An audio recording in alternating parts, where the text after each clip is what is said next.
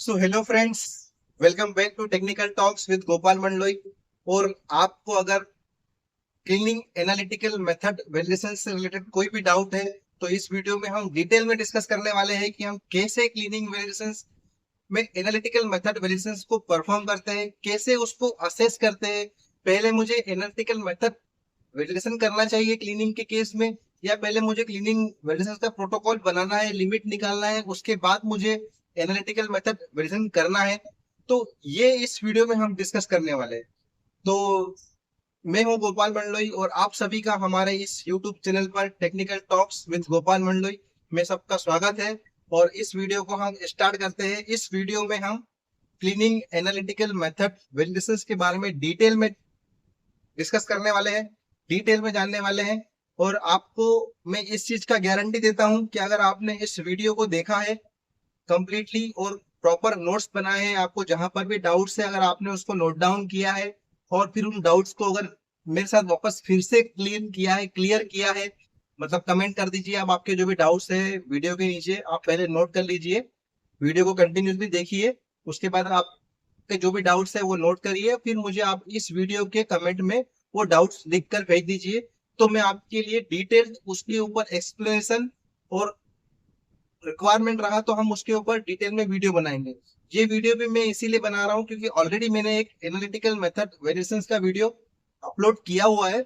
But किसी person का doubt था कि सेपरेट वीडियो चाहिए क्लीनिंग एनालिटिकल मेथड वेरिएशन के केस में। मैंने वो एक कॉमन वीडियो बनाया था जनरलाइज वे में, अप्रोक्सीमेट वो भी 1 आवर प्लस का वीडियो है, तो आप उसको भी देख सकते हैं।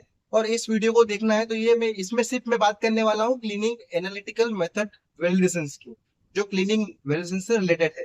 ठीक है, जो स्वेब और रिंस सैंपल के लिए एप्लीकेबल है, हम उसी की बात करेंगे। तो चलिए इसको स्टार्ट करते हैं।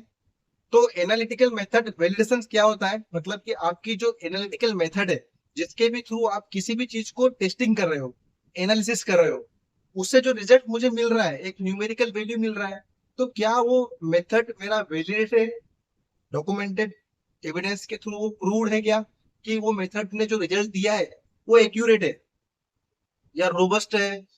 तो उसके लिए मुझे उसको असेस करना है। जैसे कोई हम बोलते हैं ना कि हमारा रिजल्ट प्रिसाइज होना चाहिए, एक्यूरेट होना चाहिए।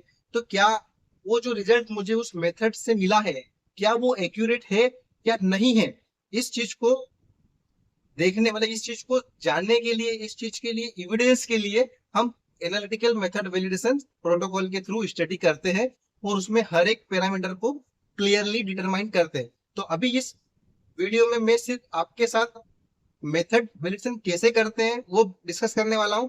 प्रोटोकॉल और रिपोर्ट और कैसे उसको रिपोर्ट करते हैं, कैसे प्रोटोकॉल बनाते हैं, ये एक सेपरेट चीज है, ये अलग चीज है। आपको ऑनलाइन यूट्यूब पे या मतलब ऑनलाइन आपको गूगल पर, ऑनलाइन आपको लिंक्डइन पर भी इसके प्रोटोकॉल आपको इजीली मिल जाएगा, आप वहां से भी इसको डाउनलोड कर सकते हैं। ठीक है,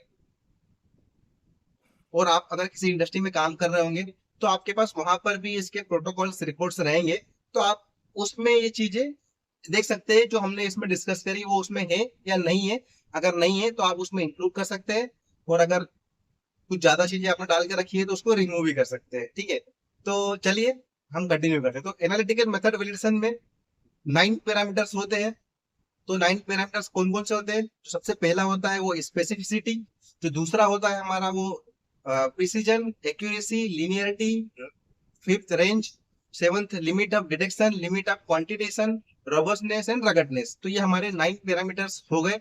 तो अभी इन 9 पैरामीटर्स में क्लीनिंग एनालिटिकल मेथड एवेल्यूशन के परव्यू से सबसे इंपॉर्टेंट पैरामीटर कौन सा है? तो सबसे इंपॉर्टेंट पैरामीटर हमारा है specificity, precision, limit of detection and limit of quantitation, linearity, range, robustness and ruggedness. ये सारे के सारे ही इंपॉर्टेंट है। बट यहाँ पर हम रिपीटेबिलिटी और रिप्रोड्यूसिबिलिटी, वो भी बहुत इंपॉर्टेंट है।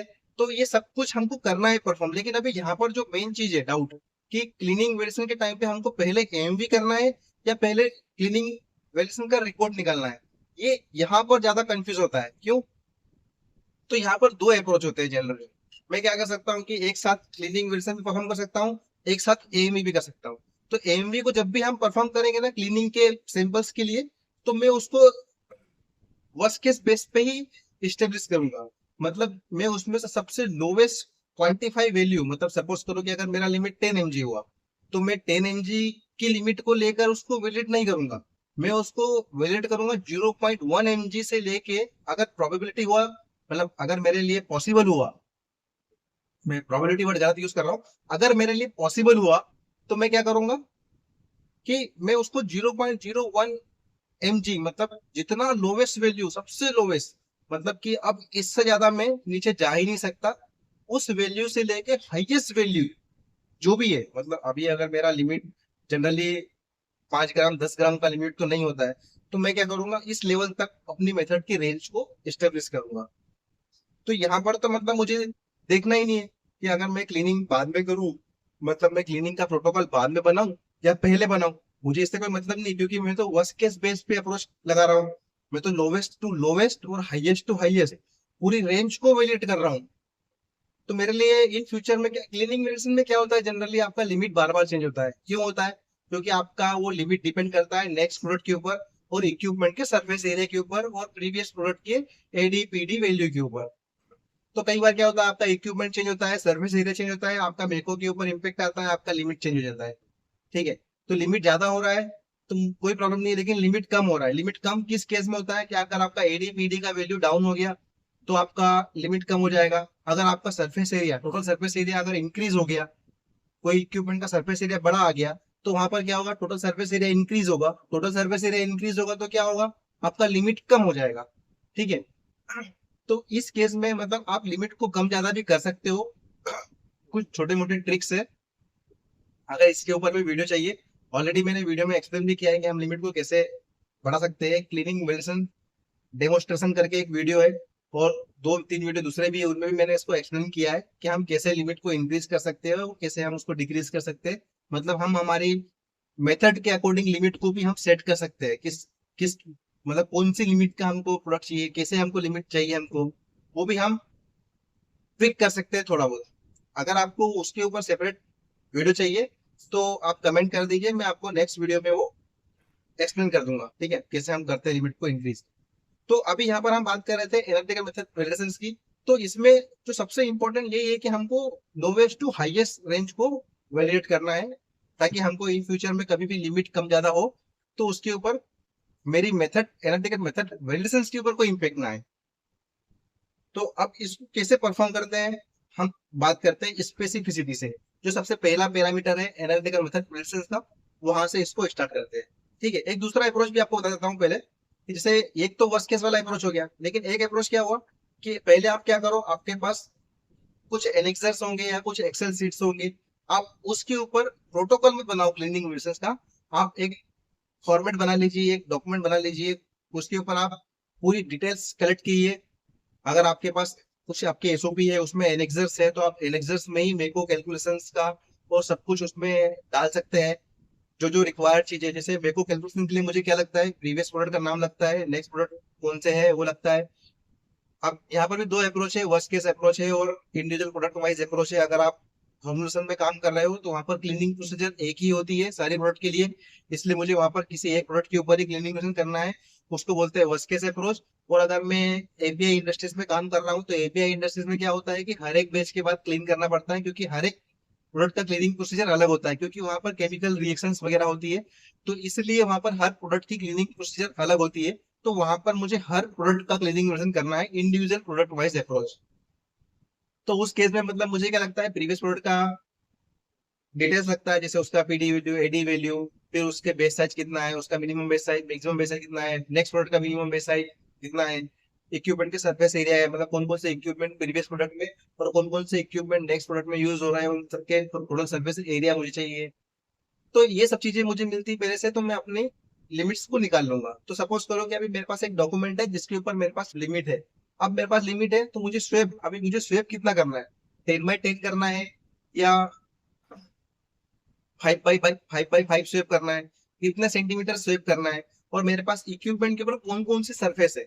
अब ये प्रीवियसली अगर आप वर्स्ट केस बेस पे कर रहे हो तो आपको क्या करना चाहिए कि आपको सरफेस भी देखना है। कई बार क्या होता है कि आपके पास हेक्सचुअल सरफेस है, आपके पास हलार प्रोडक्ट सरफेस है, आपके पास ग्लास स्लाइड सरफेस है, आपके पास रिएक्टर है एसएस के, एपीआई में ये चीजें होती है, लेकिन अगर आप फॉर्मुलेशन में काम करें तो वहां पे भी आपके पास एक्रिलिक सरफेस हो सकती है, जहां पर आप फिर टेफलॉन भी हो सकता है, क्योंकि आपके जो इक्विपमेंट है वहां पर टेफलॉन, फॉर्मुलेशन में टेफलॉन ज्यादा यूज होता है, तो टेफलॉन का प्रोडक्ट कॉन्टेक्ट भी है। तो इस तरह से सारी सरफेस के ऊपर आपको रिकवरी स्टडी भी करना है as a worst case method variation में। बट इंडिविजुअल वाइज कर रहे हो तो इसमें आपको वर्स्ट केस नहीं करना है, आपको क्या करना है कि एक लोएस्ट लिमिट पकड़ना है और एक हाईएस्ट, या फिर आपकी जो लिमिट डिराइव हो चुकी है उसके बेस पे आपको परफॉर्म कर देना है। लेकिन क्या होगा कि कभी इन फ्यूचर में अगर वो लिमिट चेंज हुआ और मेरे एनालिटिकल मेथड वेरिएशंस के एलओक्यू के ऊपर अगर इम्पेक्ट आता है, तो मुझे वो फिर से परफॉर्म करना पड़ेगा, फिर से रिकवरी स्टडी परफॉर्म करना पड़ेगी। तो मैं क्या करूं, जब वन टाइम एक्टिविटी कर रहा हूं तो वहीं पर थोड़ा वर्स्ट केस बेस पे थोड़ा लोवेस्ट टू लोवेस्ट को टारगेट करूं। ठीक है, मैं नई मेथड डेवलप नहीं करूंगा, जो मेथड मेरे पास एग्जिस्टिंग है, आरसे वाली मेथड अगर होगी उस प्रोडक्ट की, या आरएस वाली मेथड होगी, तो मैं उसी के ऊपर कर सकता हूँ। ठीक है, तो जनरली इसमें हमको स्पेसिफिक मेथड ही यूज करना है, जैसे एचपीएलसी मेथड है आपका, क्योंकि यूवी का मेथड क्या होता है कि नॉन स्पेसिफिक है। अभी उसमें वो एब्जॉर्बेंस देता है, लेकिन वो एक्चुअल में उस प्रोडक्ट का ही एब्जॉर्बेंस है या किसी और डिग्रेडेशन प्रोडक्ट का एब्जॉर्बेंस है, हम वो कह नहीं सकते, इसीलिए उसको बोलते हैं नॉन स्पेसिफिक। ये आपके एपिक गाइडलाइन में भी ये चीज लिखी हुई है। तो आपको एचपीएलसी मेथड ही प्रिफेयर करना चाहिए, बेस्ट प्रैक्टिस आज की डेट में यही है। ठीक है, बहुत सारी इंडस्ट्रीज अभी एचपीएलसी के ऊपर शिफ्ट हो रही है यूवी से, तो बेस्ट है। तो अभी एचपीएलसी के लिए हमारा सबसे पहले आता है स्पेसिफिसिटी। ठीक है, तो स्पेसिफिसिटी, अच्छा ठीक है, मैं पहले आपको वो बता रहा था। तो आपको लिमिट मिल जाएगा एक पेज पे, फिर वहां से आप उस लिमिट के बेस पे अभी क्या करना है कि जैसे मेरे पास मेथड पे जो मेरे को आ गया, अभी मेरे पास स्वेप का लिमिट नहीं आया, क्यों? क्योंकि मुझे भी डिसाइड करना है तो मुझे 5x5 सेव लेना है या 10x10 सेव लेना है। अगर मैं 5x5 सेव लूंगा तो मेरा लिमिट कम आएगा। ठीक है, अगर मैंने 10x10 लिया तो मेरा लिमिट इंक्रीज हो जाएगा। तो मैं क्या करूंगा, मेरा जो मेथड का एलओक्यू आ रहा है, मतलब मैं ट्राई करूंगा, मतलब मैं उसके लिए क्या करूंगा, फोरकास्टिंग करूंगा कि मेरा एलओक्यू सबसे पहले मैं 1 ppm या 2 ppm को टारगेट करूंगा। अगर वहां पर मुझे एलओक्यू मिल गया तो ठीक है, मैं 0.1 ppm से भी स्टार्ट कर सकता हूँ, 1 ppm से भी जा सकता हूँ, अगर जिस पे मुझे एलओक्यू का वैल्यू मिल जाएगा वहां पर। अब सपोज करो कि अगर मेरा एलओक्यू मुझे 5 ppm या 1 ppm मेरा एलओक्यू है, एग्जाम्पल के लिए मेरा एलओक्यू 1 ppm आया, तो एलओडी कितना होगा 0.33। जनरली क्या होता है कि जो एलओडी होता है वो 3 टाइम्स कम होता है एलओक्यू से। अगर आपको कोई डॉक्यूमेंट वेरीफाई कर रहे हो या रिव्यू कर रहे हो, अगर आपको एलओक्यू दिखता है 10 और एलओडी दिखता है 1, तो आप क्लियरली बोल सकते हो कि यहाँ पर आपने गलत परफॉर्म किया है। क्यों? क्योंकि जनरली इनके बीच में जो डिफरेंस होता है वो 3 टाइम्स का ही होता है, क्योंकि इनका फॉर्मूला ही वैसे ही बना हुआ है। तो 3 टाइम्स से अगर ज्यादा का आपको डिफरेंस दिखता है, 3.3 के अप्रोक्सीमेट रहता है, तो अगर उससे ज्यादा का डिफरेंस दिखता है तो मे बी वहां पे रिस्क है, मतलब कि गलत कुछ ना कुछ गलती हुई है। तो सबसे पहले यहाँ पर आपको क्या करना है, सबसे लोवेस्ट एलओक्यू से ट्राई करना है। अभी सपोज करो कि मुझे एलओक्यू मिल गया कितना, 1 ppm का एलओक्यू मिल गया है, लेकिन अभी जो मेरा लिमिट आया कितना आया, जब मैंने कैलकुलेट किया मेरे को से और 10x10 का सरफेस यूज किया, तो मेरा लिमिट कितना हो गया 0.5 ppm हो गया। तो अब मेरा जो कि वो एलओक्यू से कम है, जो कि एक्सेप्टेबल नहीं है। तो अभी मैं क्या करूंगा, या तो मेथड को और डेवलप करूं, नया मेथड बनाऊं ताकि मैं 0.5 ppm को अचीव कर सकूं, या किसी और हाई एक्यूरेसी वाले इंस्ट्रूमेंट के ऊपर शिफ्ट करूं, जैसे यूपीएलसी हुआ, या फिर उससे भी बड़ा कुछ एलसीएमएस या जीसीएमएस हुआ, उसके ऊपर जा सकता हूँ। ठीक है, या तो फिर मैं क्या करूं कि जो मेरा स्वेप सरफेस एरिया है, जैसे अभी मेरे को इतना 0.5 ppm मिला है 10x10 से, तो मैं उसको डबल कर दूंगा, 20x20 का मैं सरफेस एरिया स्वेप करूंगा। तो मुझे क्या मिलेगा, मेरा जो लिमिट है वो डबल हो जाएगा, मतलब 0.5 ppm से 1 ppm हो जाएगा, क्योंकि वो 10x10 के लिए 5 ppm था, लेकिन 20x20 के लिए वो 1 ppm हो जाएगा। क्यों? क्योंकि मैंने यहाँ पे डायरेक्ट स्वेप को डबल कर दिया। अब मुझे उधर मेरा मेथड के एलओक्यू से वो मैच हो गया। तो मैं इस तरह से छोटे मोटे ट्रिक भी कर सकता हूँ, क्या और क्या कर सकता हूँ कि प्रीवियस प्रोडक्ट और नेक्स्ट प्रोडक्ट में जो इक्विपमेंट है, अभी क्या होता है कि जो ऐसा जरूरी नहीं कि हमारे सारे इक्विपमेंट जो प्रीवियस प्रोडक्ट के हैं वो सारे के सारे नेक्स्ट में यूज हो, कॉमन इक्विपमेंट रहेंगे, क्योंकि जो इक्विपमेंट यूज हो रहा है उसी में कंटामिनेशन होगा, दूसरे में तो नहीं होगा। तो मैं क्या कर सकता हूँ, कॉमन सर्फेस एरिया का अप्रोच करके अपना जो टोटल सर्फेस एरिया है उसको कम कर दूंगा, तो भी मेरा लिमिट इंक्रीज हो जाएगा और मेरा वो एलओक्यू के क्राइटेरिया में आ जाएगा। अगर नहीं आता है तो फिर हमको मेथड को रीडेवलप करने के बारे में सोचना पड़ सकता है। तो स्पेसिफिसिटी हम स्टार्ट करते हैं। तो स्पेसिफिसिटी में क्या करते हैं कि आपका जो मेन पीक है, मतलब जो प्रोडक्ट है, जो भी सपोज करो आपका प्रोडक्ट ए है, तो उस प्रोडक्ट ए को आप जब इंजेक्ट करते हो तो उस मेन पीक के आसपास, आप पीक समझ रहे हो, जहां पर उसका इल्यूशन का मतलब पीक आता है, आपने अगर क्रोमेटोग्राम या एचपीएलसी के बारे में सुना है तो उसमें एक पीक आता है, तो उस पीक के आसपास कोई दूसरी पीक का इंटरफेरेंस नहीं होना चाहिए। तो अभी हम इसको क्या करेंगे, हमारा जो अभी हम क्या करते हैं, ग्लास सरफेस यूज करते हैं, एसएस करते हैं, टेफलॉन सरफेस यूज करते हैं, तो हमको क्या करना पड़ेगा, इन सबका कोई इम्पेक्ट तो नहीं है। अभी हम जो स्वेब स्टिक यूज कर रहे हैं उसका भी इम्पेक्ट रहेगा, मतलब उस अगर मान लो कि मेरा मेन पिक आ रहा है 5 मिनट पे, और जो मैं स्वेब स्टिक यूज कर रहा हूँ उसमें भी ऐसा कोई मटेरियल है जो मेथेनॉल से या जो सॉल्वेंट से मिलने के बाद, वाटर से मिलने के बाद वो क्या कर रहा है, 5 मिनट पे वो भी पिक जनरेट कर रहा है, मतलब कोई प्रोडक्ट बना रहा है उसका पिक भी उसमें इंटरफेयर कर रहा है। तो क्या होगा, पिक प्यूरिटी मेरा फेल हो जाएगा। अगर आपने पीडीए डिटेक्टर का नाम सुना होगा, फोटो डायोड एरे डिटेक्टर, जो एचपीएलसी में यूज होता है, जनरली ये क्यूसी वालों को ज्यादा पता होगा क्योंकि वो एचपीएलसी का यूज करते हैं। मैंने भी पीडीए डिटेक्टर का बहुत यूज किया है, बहुत ऑलमोस्ट करीब मैंने 4 इयर्स जो मेरे इनिशियल थे, मैंने पीडीए डिटेक्टर के ऊपर काफी काम किया है, 4 साल तक। तो उसमें हम पीक प्यूरिटी के थ्रू उसको स्पेसिफिसिटी को चेक कर सकते हैं, ठीक है। तो उससे हमको पता चलता है कि उस पीक में कोई दूसरा पीक इंटरफेयर तो नहीं कर रहा है। तो अभी इसके लिए हम क्या करेंगे, ब्लैंक का यूज करेंगे। सबसे पहले हम फ्रेश मेथनॉल जो भी हमारा डाइल्यूएंट है उसको इंजेक्ट करेंगे एकदम फ्रेश। फिर क्या करेंगे, उस फ्रेश मेथनॉल को हम हमारे जो एसएस की प्लेट, टेफलॉन की प्लेट, जितने भी प्रोडक्ट कॉन्टेक्ट सरफेस है सबके ऊपर उसको स्पाइक करेंगे, मतलब उसको डालेंगे। उसको किसी नीचे बीकर में कलेक्ट करेंगे, यहाँ से जैसे प्लेट रखी है, एक स्टैंड रहता है उसके ऊपर हमने आपको स्टैंड लगाना है, वहां पर आपको ऐसे प्लेट रखना है, नीचे आपको एक कंटेनर रखना है, ऊपर से आपको मेथनॉल डालना है एसएस की प्लेट के ऊपर, जो मेथनॉल कलेक्ट होगा। अभी आपका ये हो गया blank with respect to SS plate. फिर blank with respect to Teflon plate, blank with respect to, हमको प्लेट चेंज करते रहना है और सॉल्यूशन को कलेक्ट करते रहना है।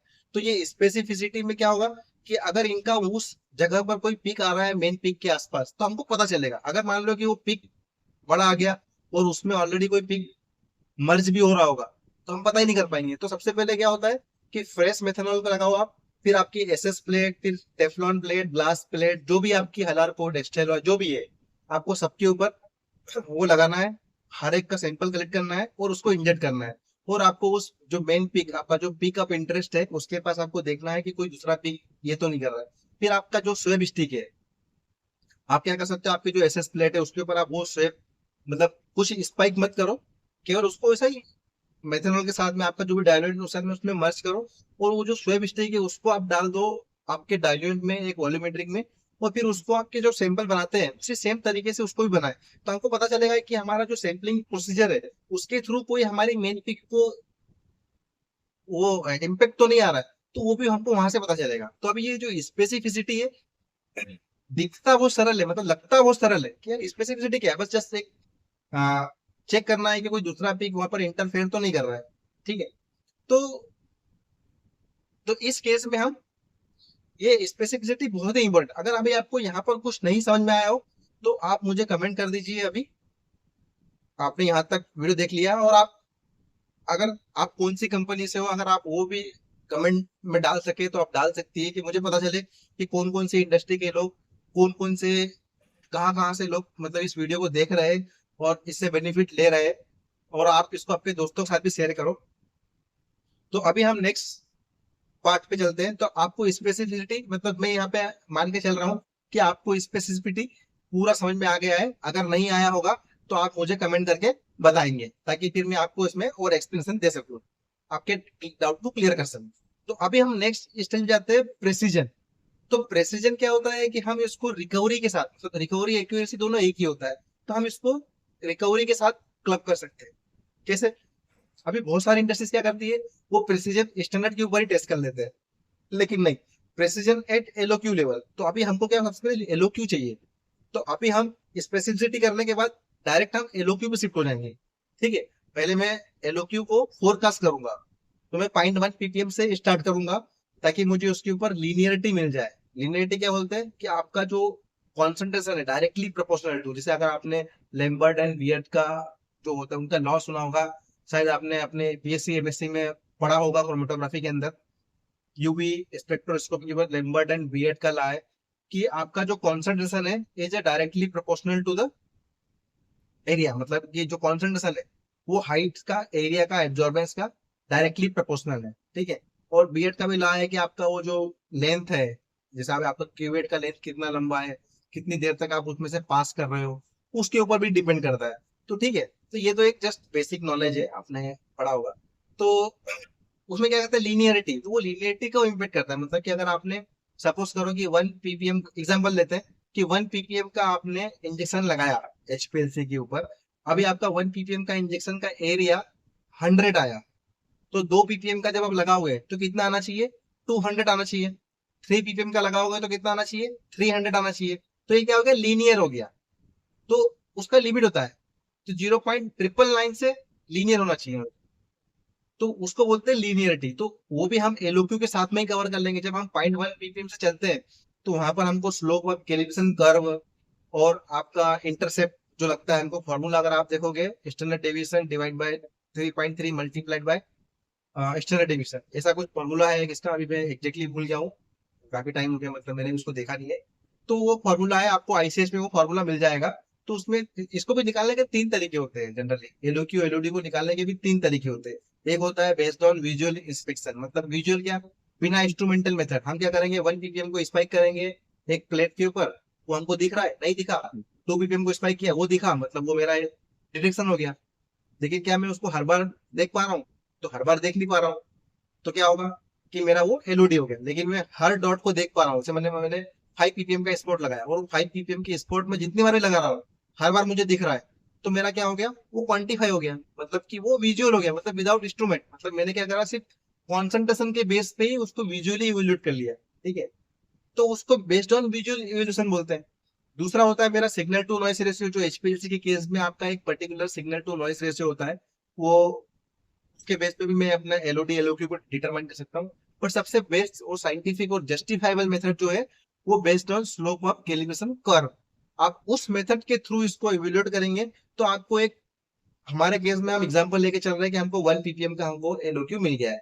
तो एलओक्यू का एक फॉर्मूला होता है, आप इसको चैट जीपीटी पे भी डाल सकते हैं, गूगल पे डाल सकते हैं कि उसको आप कैलकुलेट कैसे करते हैं, तो आपको कैलकुलेट करके दे देगा। अगर आपको दिक्कत आ रही है तो इसको एक्सेल में आप फॉर्मूला बना सकते हो। अगर आपको फॉर्मूला बनाते नहीं आ रहा है, तो आप चैट जीपीटी को वो डेटा दे दो, आपको चैट जीपीटी को डेटा के बेस पे डायरेक्ट एक्सेल का फॉर्मूला दे देगा। आप उस फॉर्मूले को एक्सेल में डाल के आप वहां से उसका स्लोप ऑफ कैलिब्रेशन कर्व और इंटरसेप्ट कर सकते हो, ठीक है। तो जब आप चैट जीपीटी यूज कर रहे हो, तो उसको आप क्या दे सकते हो, इस कौन जैसे 1 ppm का एरिया इतना आया, 2 ppm का एरिया इतना आया, 5 ppm का इतना आया। तो मैंने 1 ppm से स्टार्ट किया, अब मुझे मेथड के रेंज को कहाँ तक ले जाना है, 100 ppm, 200 ppm, 1000 ppm तक। सपोज करो कि मैं 1 ppm से 1000 ppm तक गया, तो मुझे वहां से वहां तक का लिनियरिटी चेक करना पड़ेगा, ठीक है।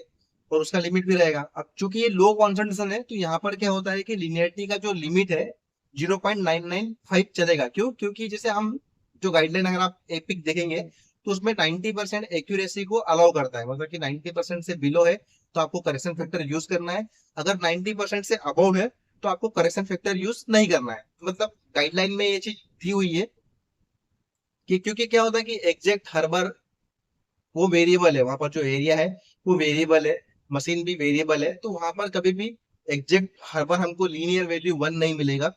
मे बी 999 मिल सकता है, लेकिन हमको हर बार लीनियर नहीं मिलेगा।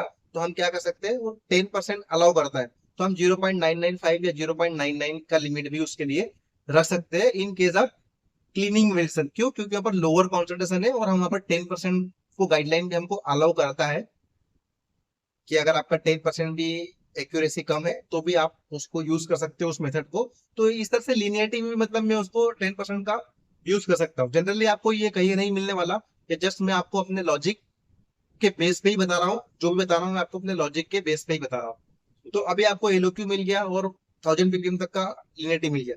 अब मुझे जब एलओक्यू डिटरमाइन हुआ, तो मेरे पास वो कॉन्सेंट्रेशन तो बना हुआ है एलओक्यू वाला। अब मैं क्या करूंगा, उसी कॉन्सेंट्रेशन से उसी सॉल्यूशन को एसएस की प्लेट, ग्लास की प्लेट, जो भी मेरी प्रोडक्ट कॉन्टेक्ट सरफेस प्लेट है, जो हमने स्पेसिफिसिटी स्टडी में जो यूज की थी, ऑलरेडी मैं वहां पर ब्लैंक लगा चुका हूँ, तो मैं उसी ब्लैंक का यूज करूंगा, मैं नया ब्लैंक नहीं बनाऊंगा। ये स्टडी क्या होता है, कंटिन्यूस चलता है, मतलब हमको एकदम परफेक्ट प्लानिंग करना पड़ेगी ताकि हमारा डुप्लीकेशन वर्क कम से कम हो। तो हम उसी ब्लैंक का यूज करेंगे जो हमारा कॉन्सेंट्रेशन हमने बनाए हैं एलओक्यू से लेके 1000 ppm रेंज के लिए, लिनियरिटी के लिए। हम उन्हीं कॉन्सेंट्रेशन का यूज करके रिकवरी और मतलब एक्यूरेसी और प्रिसीजन स्टडी भी प्लान करेंगे उसी उसी सीक्वेंस में। मतलब हम एक ही सीक्वेंस में सारी स्टडी भी कर सकते हैं, ठीक है। लेकिन क्या होता है कि मुझे पहले एलओक्यू पता करना पड़ता है, इसलिए हम इसको थोड़ा सा सेग्रेगेट कर देता है कि मतलब अगर मान लो मैं एलओक्यू निकाल ही नहीं पा रहा हूं तो मेरा जो बाकी का जो काम किया है वो पूरा वेस्टेज चला जाएगा। तो एक परफेक्ट एनालिस्ट वही होता है जो इसको परफेक्ट प्लानिंग के साथ में एग्जीक्यूट करे, ठीक है। तो आप इसको इस तरह से कर सकते हो। तो हम थे एलओडी और एलओक्यू के ऊपर, तो वो हमको मिल गया। उसके बाद हमको क्या करना है, हम जब एलओडी एलओक्यू मिलेगा तो हमको मेथड का रेंज और लिनियरिटी अपने आप हो जाएंगे। और जो सॉल्यूशन हमको मिलता है, अब हम उसको सपोज करो 1 ppm का हमारा एलओक्यू है, तो हम उस 1 ppm के एलओक्यू को हमारी जो जितनी भी प्लेटें हैं उन सबके ऊपर स्पाइक करेंगे, ठीक है। फिर हमारी जो स्वेप सरफेस का जो स्वेप का जो मेथड है, हम उसको जिगजैग और इस तरह से उसको पूरा स्वेप करेंगे। वहां से पूरा जो हमने स्पाइक किया उसको पूरा का पूरा एक्सट्रैक्ट करेंगे।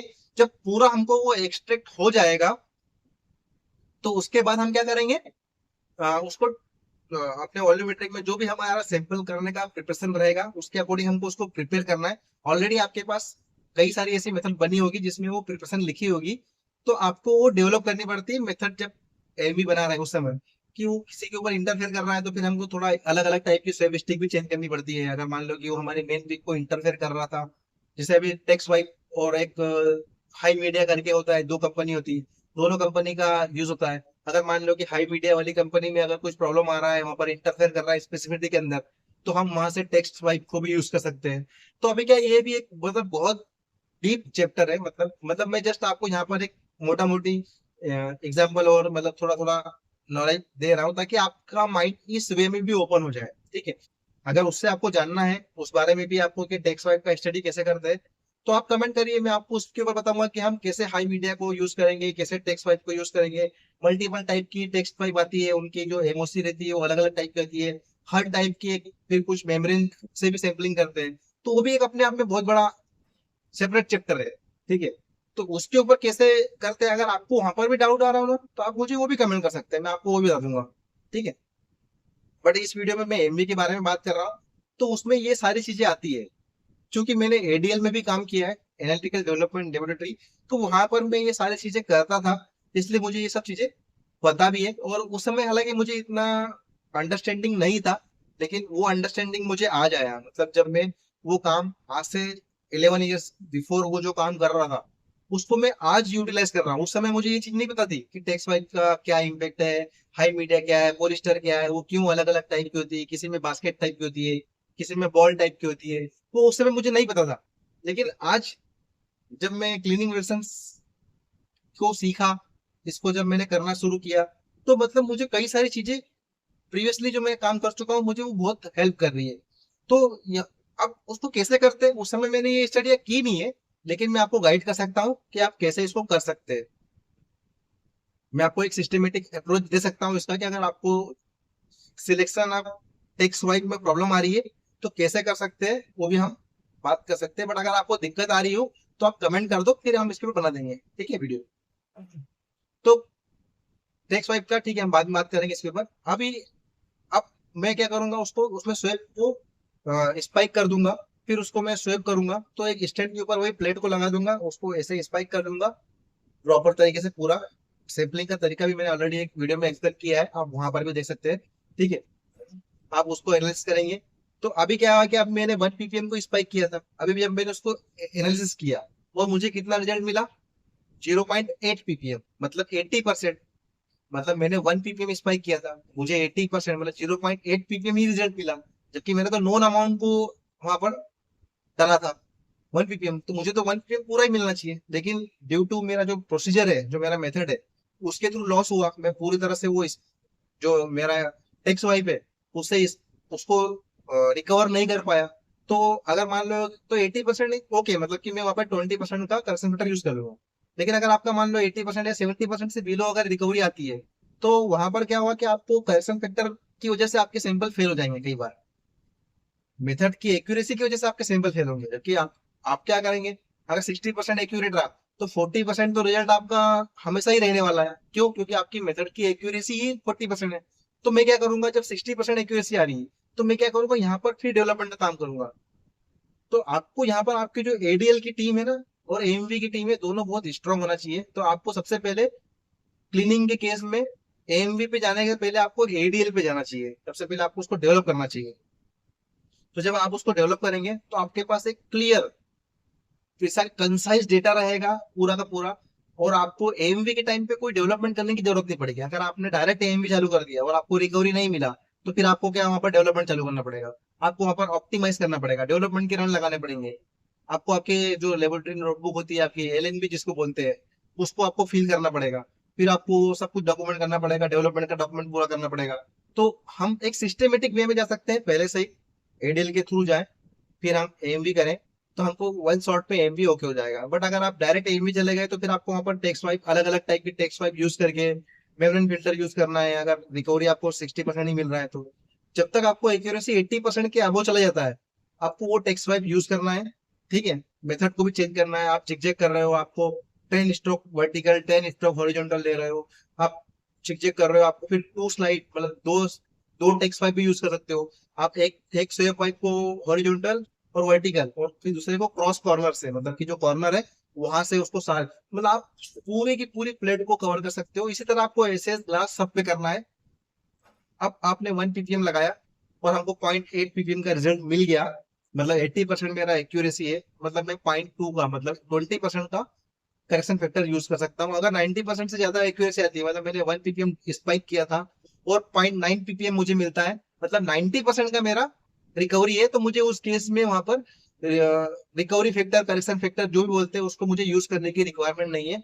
और इसके ऊपर भी मैंने एक सेपरेट वीडियो बनाया है कि करेक्शन फैक्टर क्या होता है, रिकवरी फैक्टर क्या होता है। आप उस वीडियो में उसको देख सकते हैं दोनों को। ठीक है, इसमें मैं उसके ऊपर ज्यादा बात नहीं करने वाला हूँ, तो ये वीडियो बहुत लंबा हो जाएगा।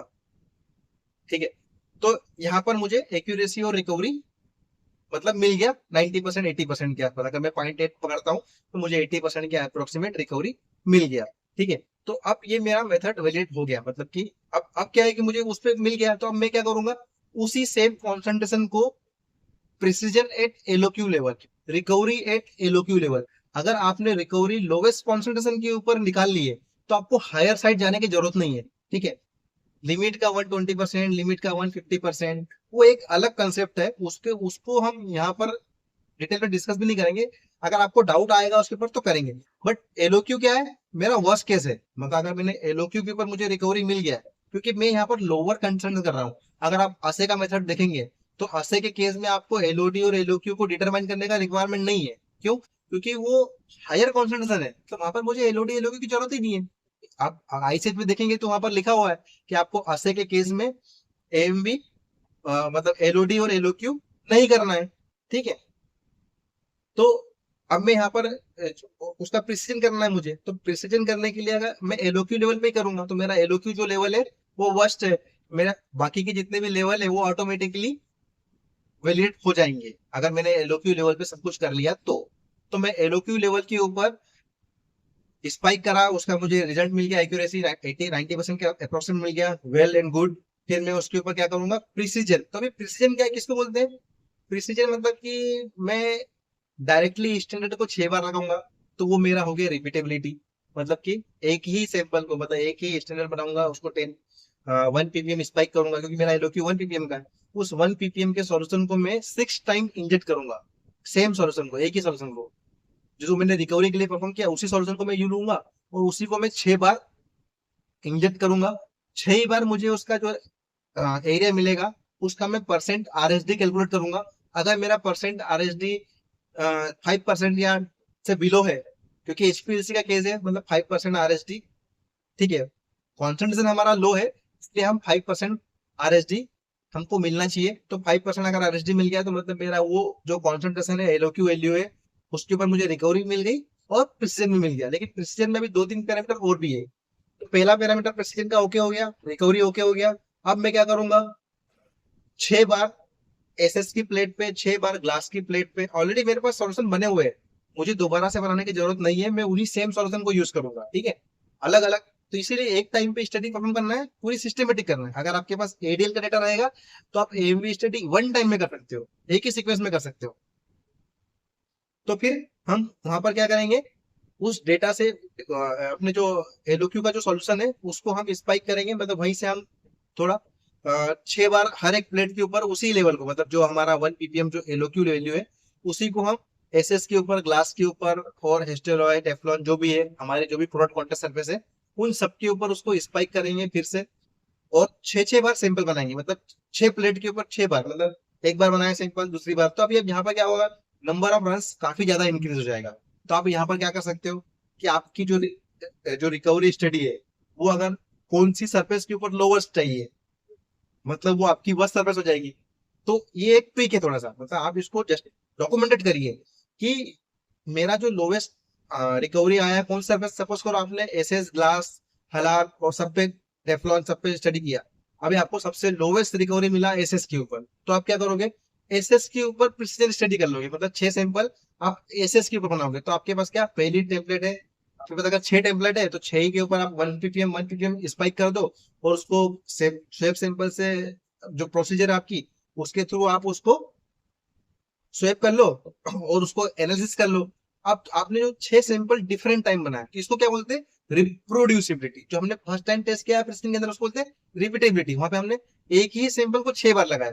अभी हमने क्या किया, यहाँ पे 6 सेपरेट प्रिपरेशन बनाया, मतलब रिप्रोड्यूसिबिलिटी। देखो उसके नाम में ही है रिप्रोड्यूस, मतलब कि हम हर बार उसको फिर से प्रोड्यूस कर रहे हैं, सेम वाले को यूज नहीं कर रहे। रिपीटेबिलिटी मतलब रिपीट करना है, एक ही चीज को बार बार करना, तो हम एक ही सोल्यूशन को बार बार कर रहे हैं। रिप्रोड्यूसिबिलिटी मतलब कि रिप्रोड्यूस कर रहा है, मतलब फिर से बना रहा है। एक बनाया सिंपल, उसको लगाया, दूसरा बनाया सिंपल, उसको लगाया, तीसरा बनाया सिंपल, उसको लगाया।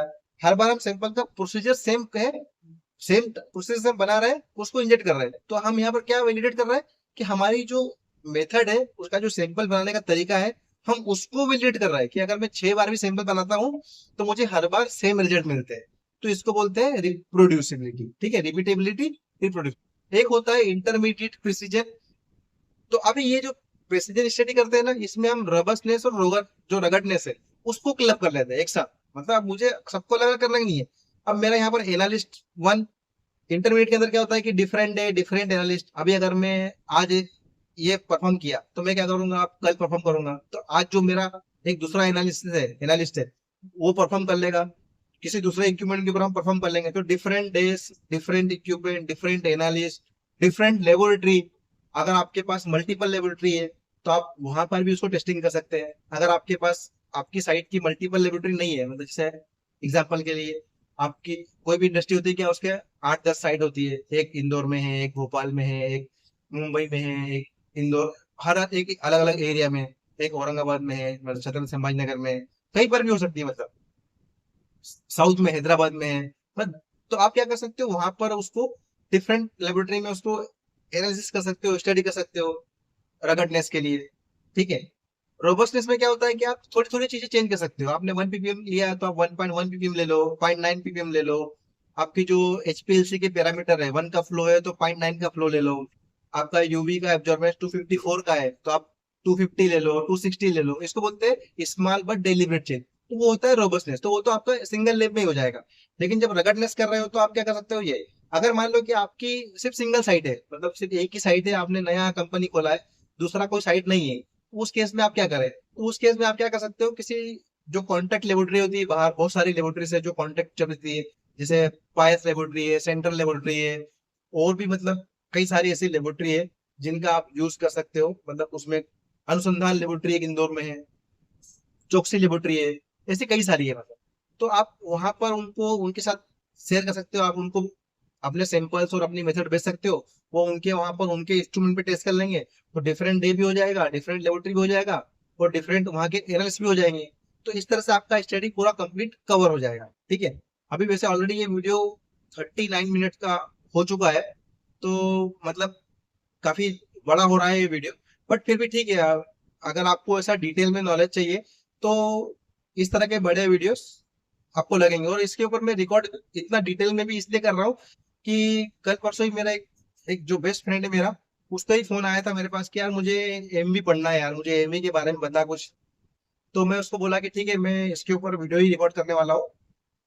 तो आज 21 सितंबर है, तो आज ही मैं इस वीडियो को भी रिकॉर्ड कर रहा हूँ, ठीक है। अभी आपको ये वीडियो 4-5 दिन के बाद मिल सकता है, क्योंकि अभी क्या है कि यहाँ पर मेरे घर के आसपास काम चल रहा है, बीच बीच में कुछ आवाजें आ जाती है, तो उनको रिमूव करना पड़ता है मुझे।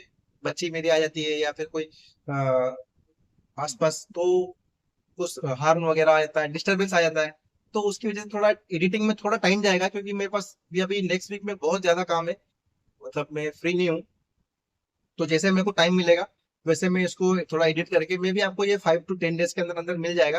मतलब मे भी मैं कोशिश करूंगा कि इसको मैं वेडनेसडे के दिन ही अपलोड कर दूं। ठीक है।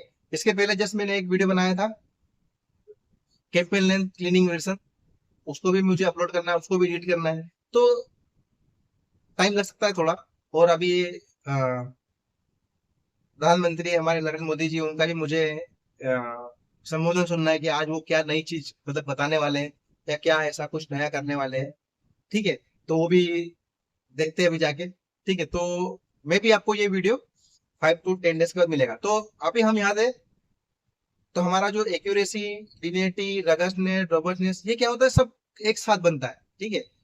तो अभी हमारा जो लिमिट निकला था कहाँ पर, हमने एक डॉक्यूमेंट के ऊपर लिमिट निकाला था। ठीक है। अभी हमने प्रोटोकॉल नहीं बनाया था क्लीनिंग वर्जन का। अब चूंकि हमारा ये एएमवी का डेटा पूरा कंप्लीट हो गया, मतलब मुझे सारी जगह से रिजल्ट मिल गया, तो मैं जो रिप्रोड्यूसिबिलिटी था उसको भी हम 6 बार लगाएंगे, उसका भी हम आरएसडी चेक करते हैं, फिर ओवरऑल आरएसडी चेक करते हैं। सारे जो जहां हमने जितने सैंपल लगाए सबका आरएसडी 15% से कम होना चाहिए। रिपीटेबिलिटी का, रिप्रोड्यूसिबिलिटी का, और जो डिफरेंट एनालिस्ट डिफरेंट लेबोरेटरी है वहां के सारे रिजल्ट्स को क्लब करके हमको आरएसडी सभी सैंपल का, मतलब 6 रिपीटेबिलिटी के, 6 रिप्रोड्यूसिबिलिटी के, और 6 इंटरमीडिएट प्रिसीजन के जो दूसरी लैब में हमने किया है, दूसरे इक्विपमेंट पे किया है, दूसरे एनालिस्ट ने किया है, सभी का डेटा को एक साथ एक ही टेबल पर एक ही इसमें क्लब करेंगे, और सबका आरएसडी 10% 15% से कम होना चाहिए। तो हम कह सकते हैं कि हमारा मेथड प्रिसाइज है। एक्यूरेसी तो हमने निकाल लिया था। तो अब हमारा ये analytical method validation for cleaning sample complete होता है जब आप इतना काम करते हैं उसके बाद। ठीक है। तो इसमें भी कई सारी स्टेप्स हो सकती है, कई सारे एरर्स आ सकते हैं। आपने जो सॉल्वेंट यूज किए हैं, मेथनॉल यूज किया है, कई बार क्या होता है कि आप एनालिटिकल मेथड वैलिडेशन में जेटी बेकर का सॉल्वेंट यूज करते हैं, जिसकी वजह से आपकी रिकवरी वगैरह सब कुछ अच्छा आता है, क्योंकि आप वहां पर हाई क्वालिटी का सॉल्वेंट यूज कर रहे हैं। लेकिन रूटीन में जहां पर आप टेस्ट कर रहे हो वहां पर आप रेन गेम या किसी और फिनार का, मतलब जो भी लोबा केमी करके कंपनी है जिसका मेथनॉल आप यूज कर रहे हो, स्पेल सिगरेट का, तो उसकी वजह से भी इम्पेक्ट आता है। तो एनालिटिकल मेथड वेरिएशन में आपने हाई टेक्स्ट वाइप का स्वेप स्टिक यूज किया है, और रूटीन में आप हाई मीडिया का स्वेप स्टिक यूज कर रहे हो, तो वो भी आपको रिजल्ट में इम्पेक्ट दे सकता है। तो आपको क्या करना चाहिए, आपकी जो मेथड डेवलप कर रहे हो और वैलिडेट कर रहे हो उस टाइम पे आपको हाई मीडिया, टेक्स्ट वाई, जितने भी आपको यूज करना है वो यूज करके आप उसको रिकमेंड कर सकते हो, आप उसके एएमवी में डाल सकते हो। फिर आप जब उसको रूटीन में यूज कर रहे हो, तो अगर आप वहां पर टेस्टिंग कर रहे हो तो आप रेनकेम के थ्रू रिपीटेबिलिटी चेक कर लो, लोबा केमी के थ्रू चेक कर लो। हर एक पैरामीटर के लिए हमको सब कुछ चेक करने की जरूरत नहीं है। कुछ कुछ जो मेन है, जैसे अगर आपने जेटी बेकर पे परफॉर्म कर लिया है, तो आप क्या करो, जेटी बेकर को रेनकेम से कंपेयर कर लो, केवल स्पेसिफिसिटी स्टडी परफॉर्म कर लो, तो आपका जेटी बेकर और रेनकेम दोनों सॉल्वेंट बिल्ड हो जाएंगे। और उसको आपकी जो एनालिटिकल मेथड प्रिपरेशन का प्रोटोकॉल है उसमें आप इसको डॉक्यूमेंट जरूर कर लो। अगर आपने इसको डॉक्यूमेंट नहीं किया तो क्या होगा, रेगुलेटरी क्या बोलता है, if it is not documented that it is not done. ठीक है। अभी कुछ भी हो जाए, अगर आपने इसको डॉक्यूमेंट नहीं किया मतलब आपने किया ही नहीं है। अगर आप बोल रहे हो कि हाँ मैंने इसको किया है, तो डॉक्यूमेंट कहाँ है, अगर डॉक्यूमेंट है, अगर उन्होंने बोला कि आपने एनालिटिकल मेथड वेरिएशन में कौन सा स्वेब स्टिक यूज किया था, टेक्स वाइप कंपनी का यूज किया था या हाई मीडिया का यूज किया था, आपने बोला कि हमने टेक्स वाइप का यूज किया था, तो वो बोलते हैं कहाँ लिखा है, कौन से प्रोटोकॉल में लिखा है, कहाँ आपके पास कोई जस्टिफिकेशन है, एविडेंस है, तो हम उनको वहां पे दे नहीं पाएंगे। तो फिर हम क्या करेंगे कि हम हमारी कंपनी में जो भी चीजें आती है, सपोज अगर आपको ऐसा ऑप्शन मिलता भी है, तो आप ऐसा कंप्लायंस इस तरह से दे सकते हो कि हमारे पास जितनी भी चीजें कंपनी के अंदर आती है सब एक सिस्टम के थ्रू आती है, मतलब एक पीओ जनरेट होता है और मतलब उसका डेटा रहता है। तो हम बोल सकते हैं कि हमारे पास आज तक हाई मीडिया का टेक्स्ट वाइप आया ही नहीं है, हमारे पास हर बार टेक्स्ट वाइप कंपनी का ही आया है। तो हमारे पास उसका रिकॉर्ड है, और वहां से हमने ये डेटा निकाल के उनको दे सकते हैं कि आज तक हमने हाई मीडिया का प्रोक्योर नहीं किया, ये हमारा प्रोक्योरमेंट का सिस्टम है। तो पॉसिबिलिटी बहुत कम है कि हम हाई मीडिया पे जाएं, इसीलिए हमने टेक्स्ट वाइप को प्रीफर किया है। ठीक है। तो बेस्ट है कि आप जब स्टडी परफॉर्म कर रहे हो तो आप दोनों पे स्टडी कर लो, या तो फिर क्या करो कि किसी एक पे कर लो। अगर आपको मान लो ये ऑब्जर्वेशन मिल ही गया कि आपके पास डॉक्यूमेंटेशन प्रूफ नहीं है, तो आप क्या कर सकते हो, एक हाई मीडिया का टेक्स्ट वाइप लो, एक टेक्स्ट वाइप का लो, दोनों को एक वर्स्ट केस आइडेंटिफाई करो आपकी लोकेशन का, और उसके ऊपर वो स्टडी परफॉर्म कर लो, ताकि आप वो सभी प्रोडक्ट के लिए हो जाए। फिर आपका वहां पे डाउट क्लियर हो जाएगा कि हाँ टेक्स्ट स्वाइप और हाई नीटे का कोई इम्पेक्ट नहीं है। कुछ कई बार क्या होता है कि बर्ड टाइप की भी टेक्स्ट स्वाइप होती है, ठीक है।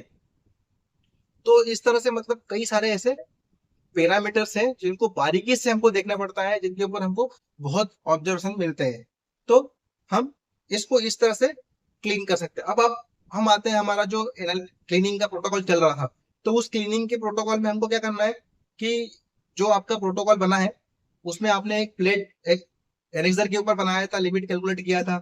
अभी आपको एमवी मिल गया, आपको एमवी का नंबर मिल गया, आपको एलओडी एलओक्यू का वैल्यू मिल गया। तो अभी आपके लिए जरूरी क्या है, आपके लिए एक्यूरेसी जरूरी है और एलओडी और एलओक्यू का वैल्यू। बाकी चीजें हमको रिक्वायर नहीं है, क्योंकि ऑलरेडी वो हमको क्लीनिंग वर्जन में काम में नहीं आने वाली है, वो मेथड के लिए काम आने वाली थी। लेकिन अभी क्लीनिंग के लिए हमको फर्दर क्या लगने वाला है, एलओक्यू वैल्यू लगने वाली है, क्योंकि जो मैं लिमिट डिराइव कर रहा हूँ वो मेरी एलओक्यू से ज्यादा होनी चाहिए।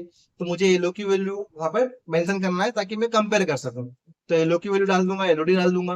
उसके बाद फिर मैं क्या करूंगा, जो मेरा एक्यूरेसी जो रिकवरी आया है वो डाल दूंगा। क्यों? क्योंकि अगर मुझे 90% से कम मिला है तो मुझे रिकवरी फैक्टर लिमिट में यूज करना है, ताकि मैं उतनी लिमिट को कम कर दूं, या अपना जो रिजल्ट आने वाला है उस रिजल्ट के फॉर्मूले में ऐड कर दूं करेक्शन फैक्टर, तो उससे मतलब मेरा रिजल्ट इंक्रीज होकर मुझे मिले। तो वो चीज मुझे लिखने वाली है, तो वो चीज मुझे क्लियरली प्रोटोकॉल में अपने मेंशन करना है। बाकी जो मेथड वेरिएशन का प्रोटोकॉल नंबर है, तो प्रोटोकॉल नंबर आपको नहीं डालना है, आपको रिपोर्ट नंबर डालना है। जनरली लोग क्या करते हैं, प्रोटोकॉल का नंबर डालते हैं, लेकिन प्रोटोकॉल के नंबर से ये प्रूफ नहीं होता कि आपका वेरिएशन हुआ है या नहीं है। अगर आपका रिपोर्ट बना है तो रिपोर्ट से ये प्रूव होता है कि हाँ आपका मेथड वेरिएशन हुआ है। तो आपको हमेशा मेथड की रिपोर्ट का नंबर ही डालना है रेफरेंस के लिए, अगर आप डाल रहे हैं तो, ठीक है। और ये कंपलसरी भी आपको डालना ही पड़ता है, प्रोटोकॉल का पार्ट है। तो ये हो गया हमारा complete cleaning analytical method variations का वीडियो, ठीक है। ये वीडियो काफी लंबा हो चुका है, 50 मिनट के आसपास हो चुका है। तो अभी अगर आपको कुछ इसमें डाउट है किसी भी स्टेज पे, तो आप कमेंट करके बता दीजिए, तो मैं आपको उसको डाउट क्लियर कर दूंगा, ठीक है। और ये वीडियो ज्यादा लंबा हो रहा है इसलिए मतलब मेरे पर भी प्रेशराइज हो रहा है, क्योंकि यूट्यूब पर जनरली लोग क्या करते हैं, लॉन्ग वीडियो को नहीं देखते। बट मेरा पर्पज है आपको सिखाना, आपको कंप्लीट डिटेल में एक्सप्लेन करना, ये मेरा पर्पज था, इसीलिए मैं इतने लंबे लंबे वीडियो अपलोड करता हूँ, ठीक है। और भी अगर आपको कोई टॉपिक है तो आप मुझे बताएं। ये वीडियो भी किसी पर्सन ने कमेंट किया था, उनके कमेंट के बाद ही मैं ये वीडियो बना रहा हूँ, ठीक है। अभी हम नेक्स्ट वीडियो में बात करने वाले हैं, एक और वीडियो लेके आएंगे चेंज कंट्रोल का, और मतलब कई सारे प्लानिंग है इसमें। और मैंने क्लीनिंग वर्जन्स का ऑटोमेटेड एक्सेल शीट भी बनाया है, जो काफी यूजफुल रहने वाला है, ठीक है। और वो बहुत ही एडवांस लेवल का है, मतलब आज तक आपने इस तरह का एक्सेल शीट नहीं देखा होगा, आई गारंटी, कहीं पर भी देखा होगा आपने। ये मैंने फर्स्ट टाइम बनाया है, ठीक है। पहले हमने नॉर्मल बनाया था, फिर थोड़ा next level, third level, fourth level, अभी भी उसमें 4-5 आइडियाज मेरे को नए और आ गए हैं, तो उसमें भी थोड़ा काम चल रहा है। उसके बाद फिर मैं आपको वो भी शेयर करूंगा, उसके ऊपर वीडियो बनाएंगे। और अगर आपको अभी ये वीडियो अच्छा लगा है तो इसको लाइक करें, सब्सक्राइब करें, कमेंट करें, अपने दोस्तों के साथ शेयर करें। तब तक फिर मिलते हैं नेक्स्ट वीडियो में, तब तक के लिए बाय। जय हिंद, जय भारत और जय फार्मा, ठीक है। So thank you.